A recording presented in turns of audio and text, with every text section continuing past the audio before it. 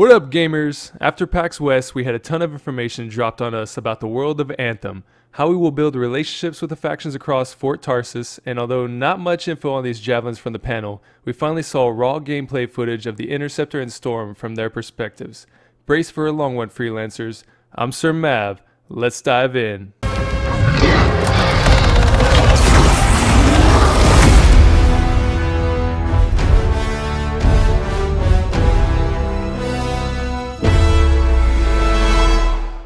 So in the beginning of the trailer, we opened up with a stunning shot of Fort Tarsus leaning into a dynamic panorama of what could be a wall connected to Fort Tarsus at nighttime, into a chaotic shot of what looks to be an anthem of creation, or at least the outside of it.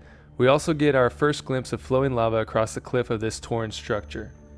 So as the javelins make their way across this concrete platform, down into an amazing waterfall shot, and then up to a huge cavern flowing with mist and water at your side into this shot. So pausing here, let's examine this a bit closer. During another panel, we learn that there will be enemies known as elites, which we'll see later in the trailer, but in this shot we get a chance to see the legendary Ash Titan. This is likely the next tier up from elite and a more formidable foe as you progress your gear and weapons, and as we learned before, these enemies are usually linked to public events around the world. So likely this team is doing a mission to locate Matthias, a lost Arcanist, and they happen to run across this happy fella. We are looking from the Interceptor's perspective, but the key thing I wanted to showcase here was on the HUD at the bottom right. There was a question showcased on Twitter about what exactly the up button on the D-pad did for the Xbox controller. Thanks to answers from the devs, we now know that the down D-pad initiates the emotes, and the left and right cycle through the emote you want to use. But now, thanks to confirmation from Michael Gamble, lead producer for Anthem, the current implementation for the ultimate ability is now the up button on the D-pad. He was also quick to state, though, that these aren't finalized and could change by launch in a previous tweet. Before moving on, just check out this awesome fire geyser attack the Ash Titan launches up in the air. Hope y'all brought y'all a space blanket for this one, because it's going to be hot out there. And yes, confirmed, we have fire-breathing creatures that almost mimic a dragon look. Moving further, we get a glimpse of what we know is an Ursix, or Anthem's form of massive bear creature, and this particular one is an elite. We get an amazing shot of a scene moving through the jungle with an etched face into the stone amongst the jungle. A glimpse of the whole squad, and then a look at the new fiery terrain. Then we have the ranger using its ultimate ability on the scars, and this particular shot gives us a look at a mission to where we apparently go into the Temple of the Scars and explore their lair. Again, you can also see the new configuration of button layout on Xbox with the up on the D-pad initiating the ultimate ability. Then we cut to a shot where we have a Scar racing towards us on the offensive. So some details about the enemy faction called Scars. So here you get a real good look at what this creature is. These are basically humanoid-like creatures created from the chaos of Anthem. Now these aren't human, they look like it, but they're not. The devs stated they are more relatable to insects, so it'll be interesting to see how missions play out and what abilities this faction has to use against us. Now the interesting part on this next scene, as the narrator would state, this looks here to be the Anthem of creation. This is what the gods use to help shape this world, and it's what the storm sort of taps into to harness its elemental powers. And just look at it, it oozes the sense of chaotic creation within this shot. Moving on, we come across another Ursix that a Colossus is taking on, into a scene of where the squad is sprinting through a facility or ruin of some sort. And yes, here you can see the storm can hover, and it hovers indefinitely. Honestly, this was sort of hinted at by the concept art and the gameplay we saw at the 2017 E3 trailer, but never confirmed until now, with the devs stating this on Twitter during the Ask Me Almost Anything About Anthem session at PAX West. And then, get ready, we have our first glimpse of the Interceptor combat. Now we don't know what buttons or abilities are exactly in play here, but it looks to be some sort of dash ability into a ground pound area of effect melee attack. We can tell it's an AoE attack of some sort by the electric disbursement shown on the ground as the Interceptor completes the move and sends the humanoid creature flying.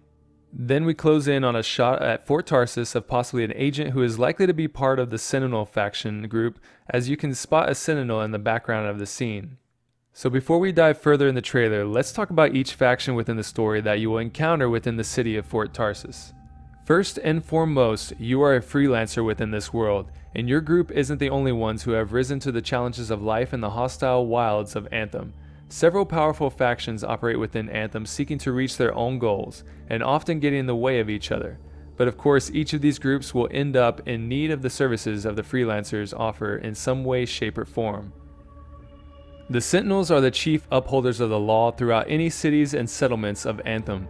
Currently, the only settlement we know of is Fort Tarsus.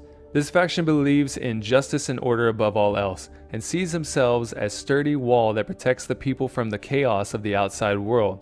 The Sentinels see the freelancers as a ragtag group whose fierce independence makes them unreliable, but nonetheless they will seek you out for help on certain tasks. Next we have the Corvus faction. Corvus upholds an extensive network of intelligence agents, spies, and diplomats. Mark described them as the CIA of this world. Their main goal is to scout out threats and remove them without any direct confrontation. While they are not above their operatives engaging in targeted sabotage or an assassination here or there, they prefer to contract out any messier tasks, so to speak, to third parties such as the freelancers. Then we have the scientists and mystics who have dedicated themselves to researching the world of Anthem. This faction is known as the Arcanists. Dabbling in research of natural frontier to the technological, their ultimate goal is to gather, categorize, and preserve the complete knowledge of humanity. Their tireless promotion of knowledge and teaching has been directly or indirectly responsible for most of the advancements within this world. The last friendly faction is the Ciphers. These are humans that are gifted and rigorously trained in the ability to communicate mentally over long distances, perform complex analytical calculations, and process incredible amounts of information. They serve as support roles to the freelancers, providing information and analysis during expeditions out in the world of Anthem. Faye and Owen, who we'll get into a little bit later, are the Ciphers on your crew throughout your journey.